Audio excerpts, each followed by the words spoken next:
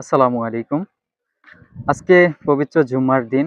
তো এই ক্ষেত্রে একটা ভিডিও শুট করা আমার খুব জরুরি ছিল। যেটা আমার মাথা ব্যাথা নিয়ে। আমি প্রায় মাথা ব্যাথা নিয়ে কাজ করি।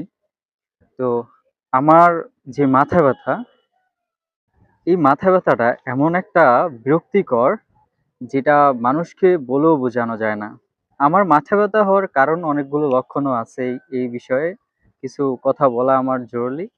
আমরা বিভিন্ন আ সময় বা আমরা কাজে থাকলে তখন বা অফিস যারা জব করে তারা বা স্টুডেন্ট বা প্রায় সময় আ দেখা গেছে যে ল্যাপটপ, কম্পিউটার, মোবাইলের দীর্ঘক্ষণ স্ক্রিনে থাকার ফলে মাথা ব্যাথা আমাদের হয়।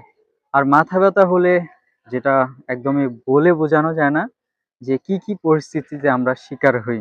বমিও হয়, মানুষের কথাবার্তা ভালো লাগে না, বসের কথাও ভালো লাগে না।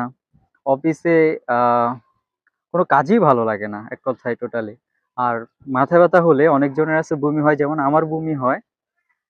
তো অনেকজনের আছে এই বমিটা হয়।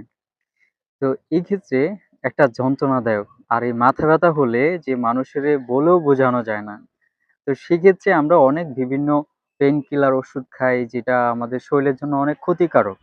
আহ বিশ্বাস করেন, যদি আপনি বিভিন্ন ওষুধ খেয়ে থাকেন, obviously কথাটা আমার বলা ভালো।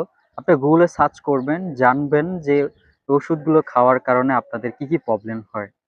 তো যদিও ন্যাচারালি অনেক ওষুধ আছে, আল্লাহ তাআলা ওই ওষুধের ভিতরে শেফা দিয়ে দিয়েছেন। তো ইনশাআল্লাহ আমি মনে করি ন্যাচারালি কোনো ওষুধ খান বা ব্যবহার করেন, সেক্ষেত্রে আমার খুবই ভালো হবে। আর যদি দেখেন অতিরিক্ত মাথা ব্যথা, তো সেক্ষেত্রে ডাক্তারের পরামর্শ আপনাদের নেওয়াটাও উচিত। তো ভালো থাকবেন, সুস্থ থাকবেন। আল্লাহ হাফেজ। আসসালামু আলাইকুম।